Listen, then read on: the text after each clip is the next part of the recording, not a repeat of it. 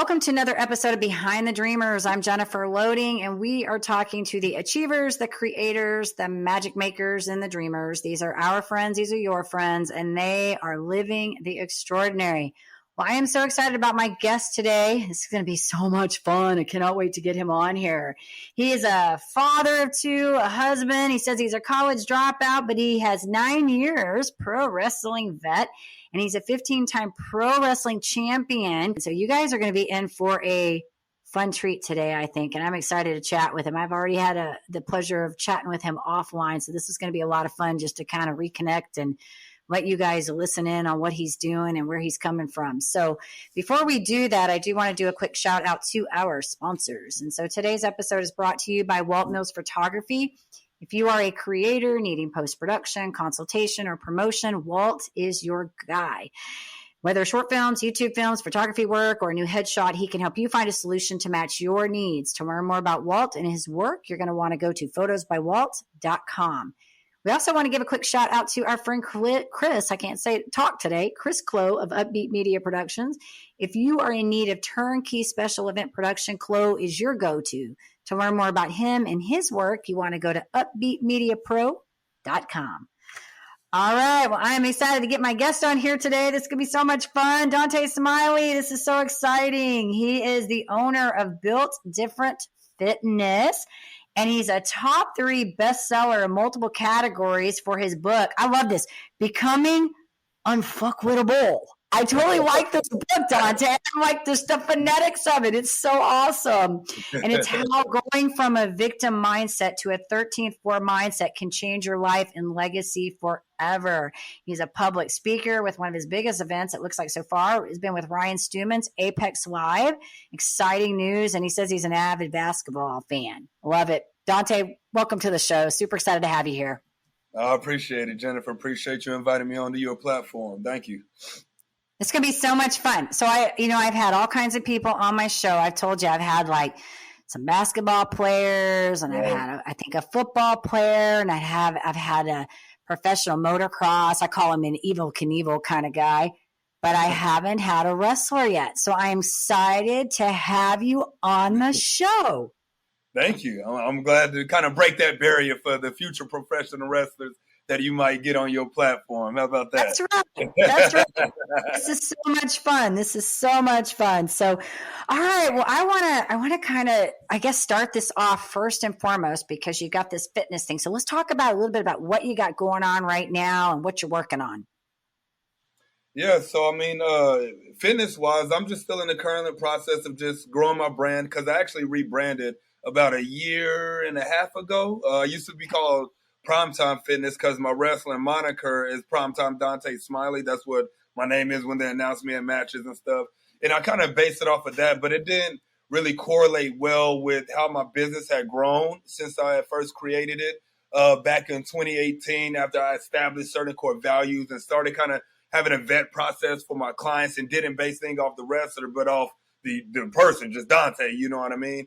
And I felt like my brand name and company name needed to correlate with that. And so that's when I had talked with a couple of my mentors and came up with the Build Different Fitness name. That's what I ended up changing Primetime Fitness to, was Build Different Fitness.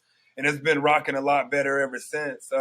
Right now, like I was in the process of kind of trying to find my own building because right now I sublease from where I'm at and run my business out of somebody else's gym, essentially. And like I said, one day I'm going to have my own place. I just don't have time to do it right now because wrestling takes up so much time. And I know if I'm going to open up a gym to really get it growing, let alone a CrossFit gym, I'm going to need to be in there all the time. I won't have time to go, leave before a week or two to go wrestle out in London or leave for a whole weekend to go wrestle out in Arkansas or Florida or whatever it may be, or randomly take a booking to go be on TV for NWA or AEW or anything like that. So I just had to kind of like just wait, grow my business from where it's at right now. Know that day is going to come because there's going to come a day that wrestling is going to end, and just kind of keep that in mind and just keep fine tuning everything. So when it does happen, I'm ready to hit the ground running at that point. Yeah, no, I think that's a really good stance because, you're being realistic in the sense that you recognize, hey, at some point I'm not going to be able to do the wrestling thing anymore, but I've got this kind of over here that I'm working on and building and kind of keeping it, like you're not putting all your eggs in one basket. I like that. And I think that's great, Right. When you're in this physical space of doing these kinds of things. Your story is I just think it's so fun. And I know we got to talk offline a little bit about how you came into boxing. But it's not boxing, I'm sorry, wrestling. I had a boxer that was supposed to be coming on after you that we moved his around. So I've got both of you guys on my mind, the wrestler and the boxer, two different things, but both sports, So I want to maybe share with our audience a little bit how you came about into the wrestling, because I know we talked about this mentor and the importance of that, and how you had this great opportunity. I know they would love to hear this story, so maybe share a little bit of that with our audience. Yeah, most definitely. So first off, I know pro wrestling is a niche, right? A lot of people definitely grew up possibly watching it when they were younger. A lot of the times people get older and they kind of find out a little bit of the ins and outs of the business. They kind of get away from it slightly. But most people that I know, I found out, have been a wrestling fan at some point in their life, be it 80s, 90s, 2000s, still to the day, whatever it may be.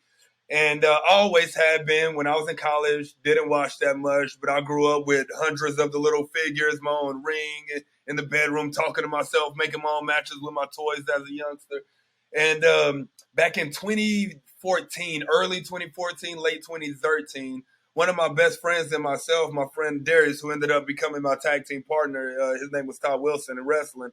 But we had a video podcast out of Deep Ellum On Air, is what it was. We rented out this studio once a week on Sundays, and had this podcast, this vlog about wrestling, the independent scene, majors. We did reviews. We would go do interviews and all that kind of stuff. And finally, one night, we kind of were talking on the air, and at almost the same moment, we had this epiphany. Have you ever actually thought about trying to find a wrestling school to join, or think about trying to actually get into business? And neither one of us really had, because we weren't really around a whole lot of people that were in it at that time. So I got on Googled, wrestling schools in the area for DFW, and one promotion came up. We went out there, we did some videography for them, did some photography for them for free after I reached out. Went out to drink with him a little bit afterwards, and we met this chick named Ruthless Lala, who I still think to this day, anytime I get to talk to her. But Lala, when we sat with her, we could just feel the realness in what she was saying, because myself and Darius, we were both kind of like street kids, grew up in the inner city and stuff like that. So we could tell those that were sitting down talking to us that were just trying to sell us the product. And then we could tell people that were being all the way real with us, this is what you get here. This is what you get here. This is what you get from this person. This is what you get from that person. Right. And she told us about a guy named Anthony Black that ran a promotion called Big Texas Wrestling, BTW, out in Cleveland. He lived in Fort Worth at that time, and gave us his number. So I messaged Tony that night. I was like, hey, I got your number from Lala. We're interested in coming out and training. How much do you charge, for your trainees to come out and train with you? And he just replied back, hey, here's my address. Come out on Monday. See if you like it. And I was like, all right, that's cool, but how much do you charge? Because I need to prepare. You know what I mean? I don't want to come here, fall in love with it, and not being able to afford it at that time, because I was just getting ready to get married. I just started becoming a personal trainer at that time in 2014.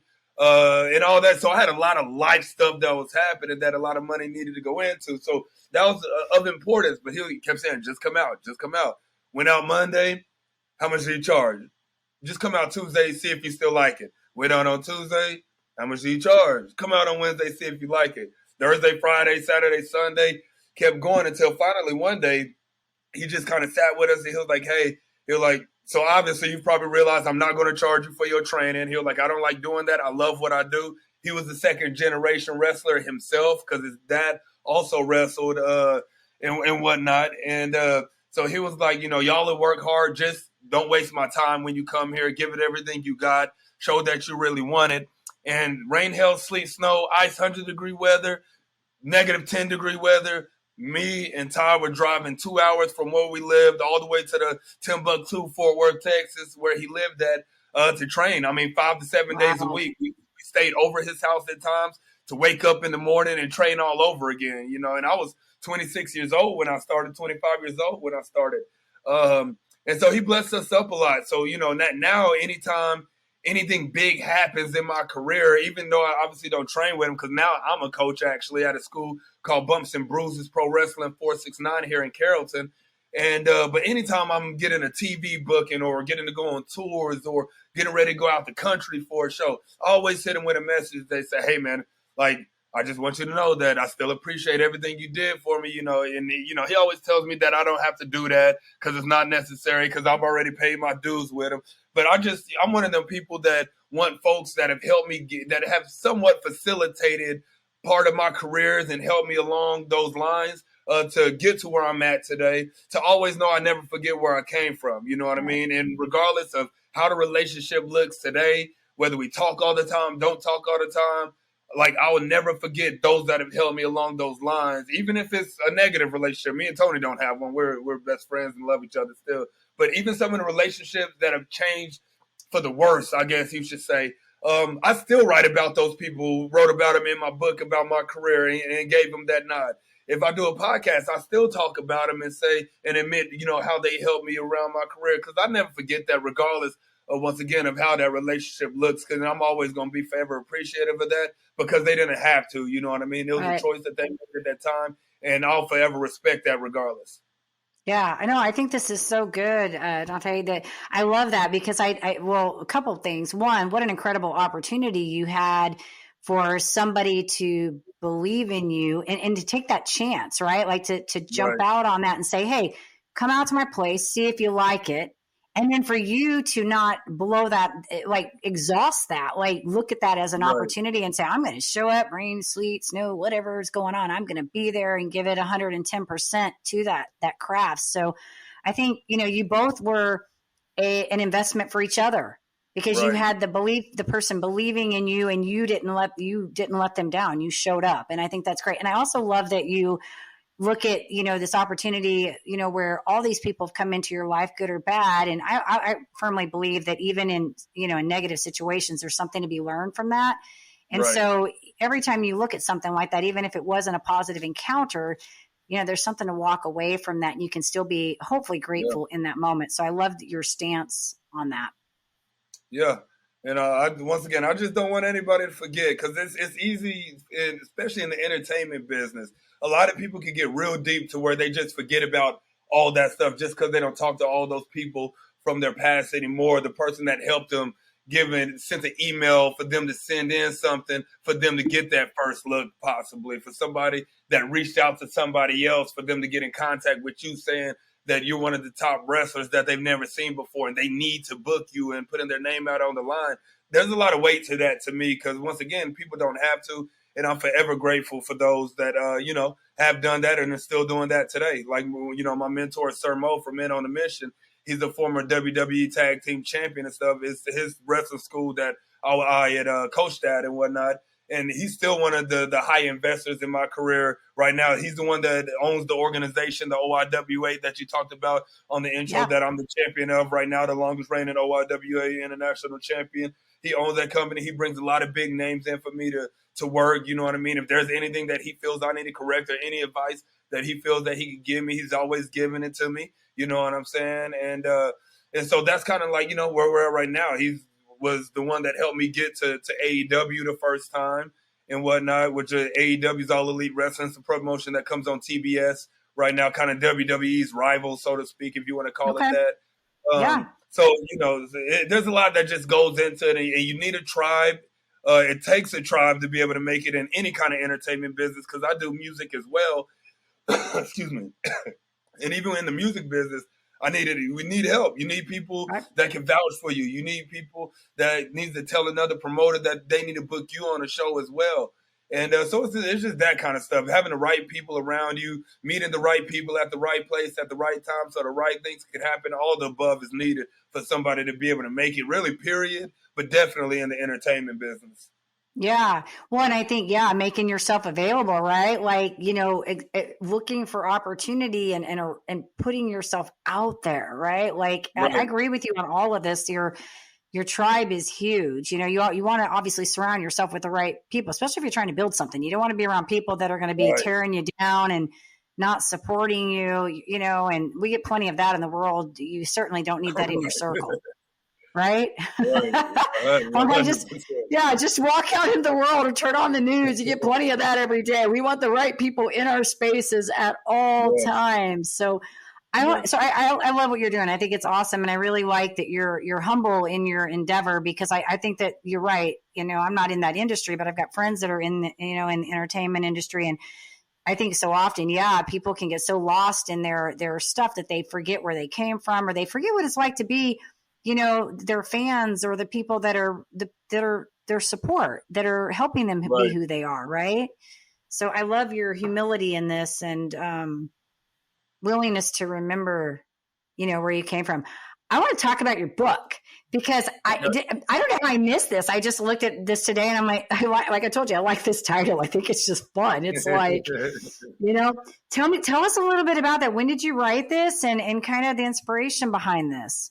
Yes, so I wrote it in 2021. Okay. The inspiration behind it was, number one, the thought and realizing that only 1% of the world ever becomes a published author, which I wanted to be in that 1%. When I found that out, I'm one of them people that when the percentages are low for success in a certain arena, I want to try to challenge that and see if I could get up in that, you know what I mean? Because that's part of history, and it's stuff that nobody can take away from you, man. When you become a published author, when you become a podcaster, right? That stuff is always out there from the moment it is released until unless you obviously delete it or take it down. If not, it is always out there. So nobody can ever take that away from you. And the thing that got me was, so I'm in an Apex Mastermind group, which is the group, Ryan Stewman's group that he owns. And he has a guy named Drew B. Wilson that is one of his main manager guys that works right up under him. He's Ryan's right-hand man. And I was just up at the office before going on a trip out to Florida for actual AEW, and I was up there just visiting Drewby one day. And, we were talking. He was like, man, Dontae, I just love seeing you. Love that you, just came through to say what's up before you headed out. And he was like, man, the one thing I need you to do, man, or the one thing I want to know is, when are you going to write your book? And I was like, what do you mean? And he was like, you heard me, like, when are you going to write your book? And I was like, why? I was never planning on writing a book. He was like, that's a grave mistake if you don't, man. He was like, a lot of people don't feel like they have a story till they put a book out and everybody reads it and realize how much of the story they do have and how they correlate with other people's life. He was like, you've done a lot of your life. You've overcome a lot of your life. You've had a lot of successes already in your life, and obviously continuing to do so. He was like, I think you need to write the book, man. He was like, I've written mine. Ryan has written many, and a lot of people within Apex have written books. At this point, it's kind of like the thing that we try to get a lot of people to do within our group, because we fully understand that everybody has a story that somebody out there needs to hear. Somebody has some bit of knowledge or something they can share that everybody can get something from. And when he said that, it just sat with me, like once again, I like a challenge. So when he kind of challenged me, so to speak, to be like, write the book, man. Let's see if you got it. Tell your story how it needs to be told. Tell it in your way. I went home and started getting it after that trip. When I got back from Florida, the first thing I did was kind of sit down, think of what I would have called, wrote the outline for it, wrote a detailed outline after that. And then I just got recording it, because it's my life story plus the lessons I learned from those that all kind of changed the trajectory on how my life has gone, how one thing worked out, how it could versus how it could have worked out, but didn't, and vice versa, and just the overall correlation and synchronicity of this is how life was supposed to go, and everything was kind of a rite of passage, so to speak, to that next thing. And that's honestly how I viewed a lot of stuff. I thought I was supposed to be in the music business for the longest time. I was going on tours. I was opening up for all the big name artists. I was performing at South by Southwest. Then wrestling fell in my lap, and then I hit the ground running. And so in turn, I ended up looking at music as just a rite of passage and teaching me a lot of early stuff that I needed to have to be able to start my wrestling career, which was my first love. Wrestling I loved since I was a kid. Music is something that I fell into a little bit older, when I was 18. But wrestling was always kind of that first love, even before basketball was, to be 100% honest. And it's just that kind of stuff. I suffered a foot dislocation when I was supposed to be getting ready to go to Germany for some training and for some matches for the first time out of country. 2 months before, a month and a half before, I dislocated my left foot. I suffered what's called a subtalar joint dislocation. Couldn't go on that trip, got real depressed, got back on drugs again during that time, got super suicidal during that time, found God during that time. And so I could have looked at that foot injury as something that was bad, but now knowing it was unfortunate, but was it a bad situation, so to speak? I would think not, due to the simple fact that I wouldn't have found God during that time. I wouldn't have found some of the alignments that I have. I wouldn't have known how to really grow through hard situations if it wasn't for that, because I learned how to grow through hard situations by stories and principles that the Bible tells us that we should implement, and how to utilize these tools from God to be able to get through life and those hardships and things like that. So like my man Tony Tavares said, he's a big old bodybuilder, runs one of the biggest roofing companies with Kurt Leininger, and he always says, he was like, when bad things happen, he was like, always look at them as a maybe. He was like, because this only time would tell if it was actually a bad thing. He was like, because there's a lot of good stuff sometimes that won't happen if that bad thing didn't happen. So would you really consider it a bad thing if something good ended up coming from it, be it a month later, 6 months later, a year later, 5 years later? You just really never know. So it's always kind of a maybe. And he's right in that, like he told me that here recently, but looking back at my story, a lot of the hardest things that I went through were maybes, because I learned so much from them so they wouldn't happen again, so then life is even that much more elevated as it goes on. Yeah, that was so good. Okay, so here's the funny. Almost every time I do a podcast, there's like that one moment where I go, I got the chills. That was the moment right there when you talked about that story at the end about the hardship, because you are so right. It is hard in the moment when something is not going right, when you're in knee deep into something heavy, right? To find the win. But when you look back, and you go back and you say, well, had that not happened, it's not something you would like to go through again. You wouldn't wish it on anybody. But when you look back, you can say, would all these other things have happened in my life had I not gone through that adversity at that time? Right? It's powerful. Powerful. And I said that too, like one of my favorite mentors, I've said this several times on the show, John Maxwell, he always says, sometimes you win and sometimes you learn. And that's how I always approach everything. I'm like, there really are no bad decisions. It's really, you look and say, to what extent is it, because there really is no bad decisions. I mean, if you did something that didn't work out, you learn, don't do that again. You learn to do something different. But in most of those times, that's when our character is developed, and it sprouts new things in our character development and leads us to new places. So I think your story is great. I'm glad you got this book out, because I think that just what you said right there, there's so many things like you could have crumbled. You could have just, which a lot of people do. They have a crisis happen and they fall to their knees and they don't get back up. And then there's people like you that have something that comes in the way and say, you know what? I like a challenge, and I'm not going to let this moment define me. I'm going to rise up and take what I learned and move forward. So good for you.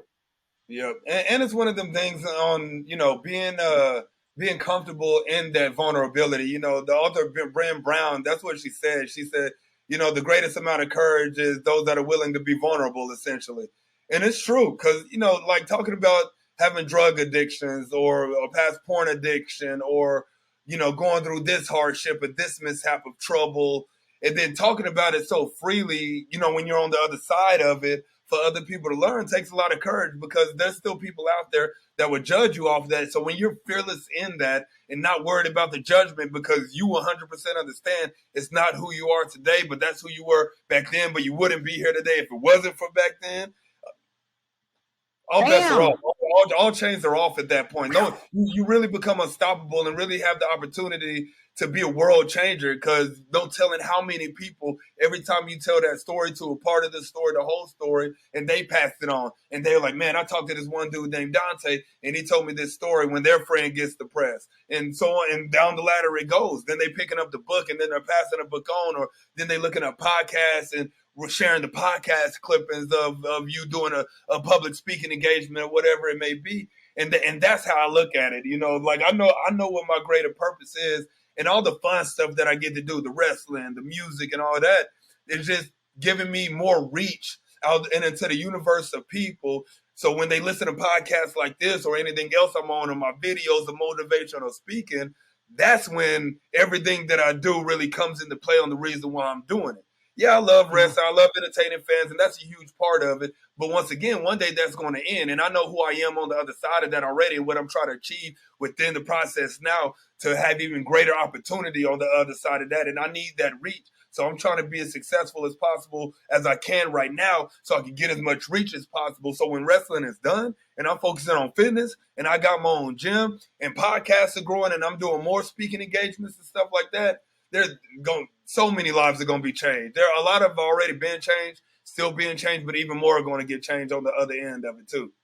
I love it, Dontae. I love it. And I can tell you're passionate about it, which is so important in what we do, right? Like we have this message we want to get out there and we have to be passionate about it. So I love your fire and your zest and all the stuff that's going with it. It's great. I'm sure I actually looked at some of your videos like right after we chatted the first time because I'm like, I got to learn about this Dontae Smiley. Who is this guy? So I did look at some of your videos and I can tell you're having fun. And like I said, I think that's what it's all about. Whatever you're going to do, I'm like, get passionate about it, have fun with it, enjoy life. And if you can find a way to take that and help other people, you got something great going on, right? Like, I love it. I love it. I want to ask you kind of a fun question because you've said a lot in this last little bit. And I haven't asked this question in a while, but I think you're going to have some great insight on this. So what would you say to a younger, you're still young, you're not old at all, but I'm just going to say a younger Dontae, 10 years ago, starting out in this wrestling arena when you were brand new, what would you say to that Dontae? Oh, so that's a good one. I've kind of changed my answer up over times that I've actually been asked this.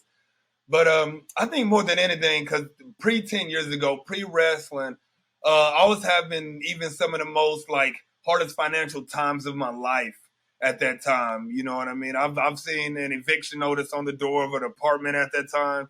You know what I mean? Just couldn't get right. That was right before any of the injuries and stuff. I was still really trying to find my way early after marriage at that time as well.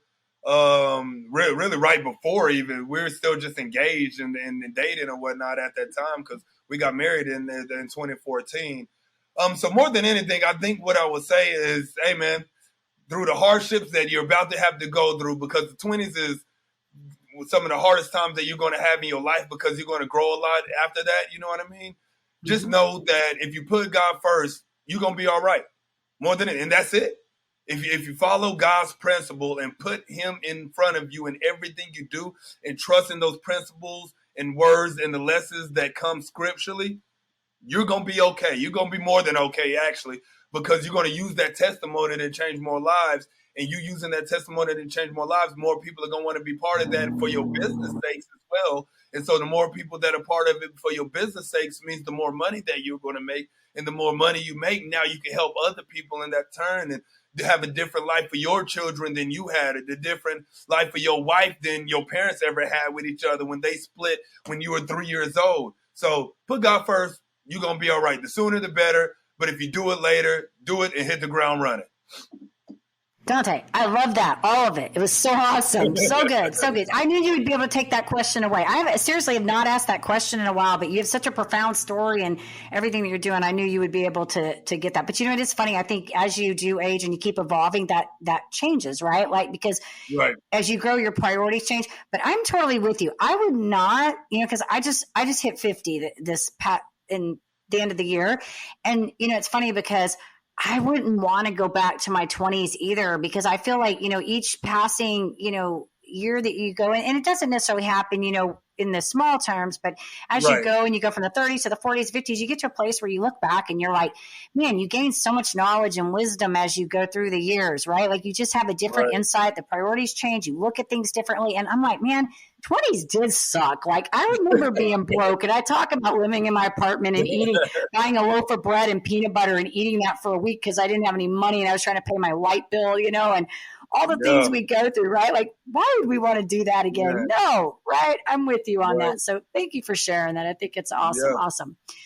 So this has been great. I want to ask you a few fun questions. Just, I sometimes I do these rapid fire because I think they're just fun. And I think this will be fun with you just because of where you are. So I want to ask you a couple fun questions. I would love to know, because you are all into fitness and I've seen your videos, your training and you're doing your stuff. I'd love to know, like, what is your favorite guilty pleasure food? Like, what's the one thing Ooh, it's like, oh, yeah, just can't get enough of it. yeah. I would have. I would. Ooh, yeah. I mean, I would have.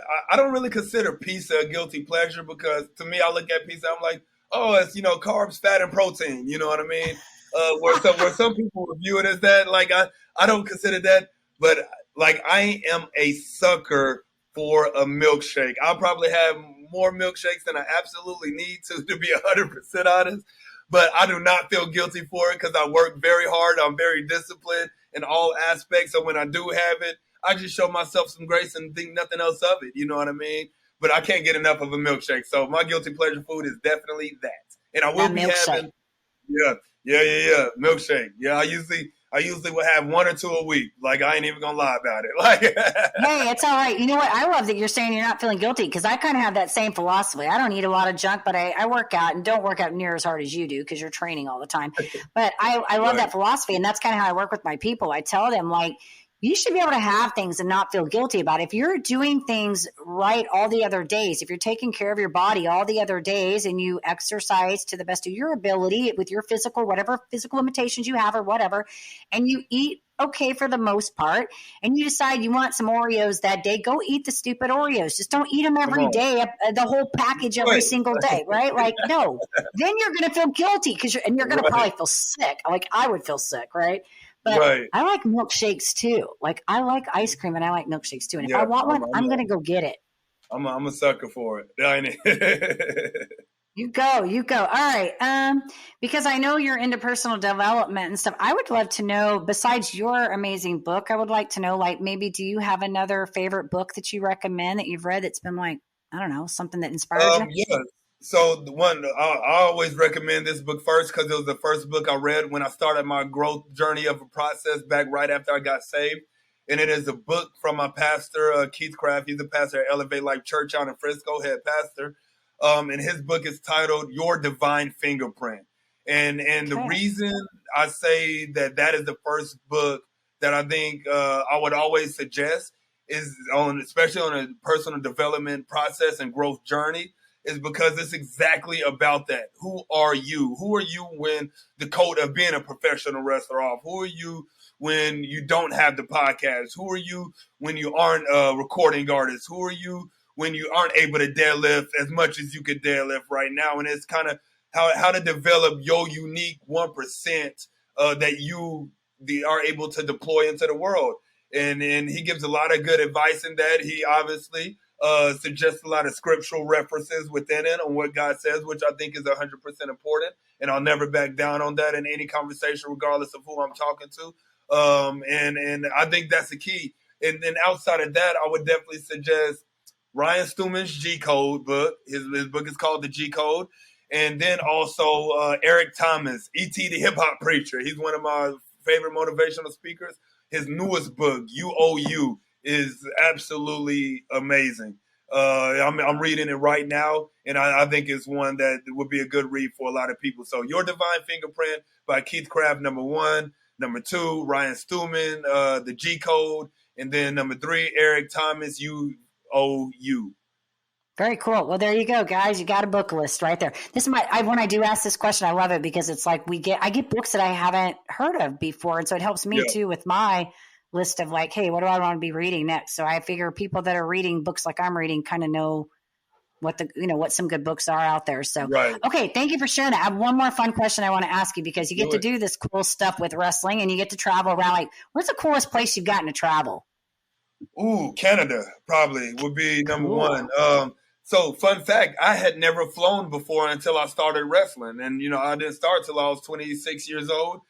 So because of wrestling, I was able to start flying. So a lot of places are very fun places because a lot of places that I'm flying are relatively new unless I'm like Yeah. booked out there monthly. But Canada was really fun because it was my first time out of the country when I went.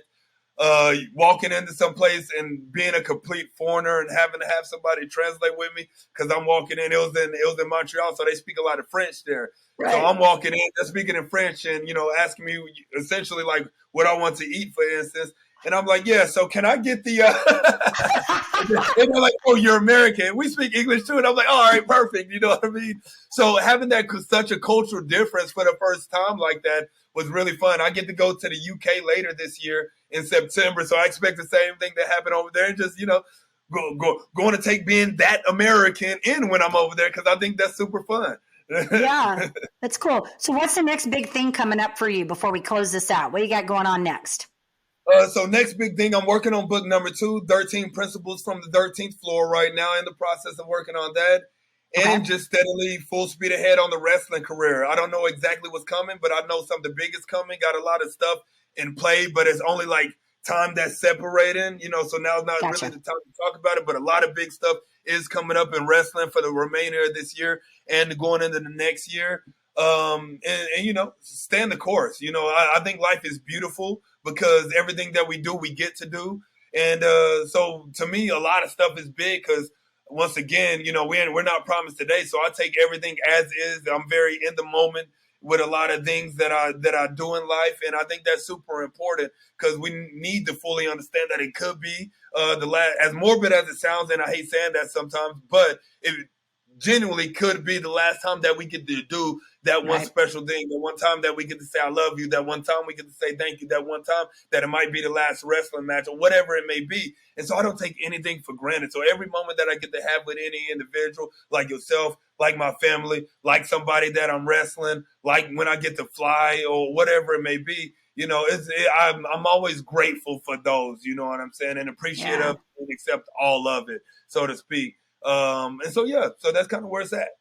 I love it, Dontae. And well, like I said, and I love that you're passionate about what you get to do and the humility and all of that. The authenticity, I think, is what I really like about you. So very cool. I'm excited to see what you do. I'm going to keep in touch with you and keep following your work and see all the greatness that you're putting out into the world.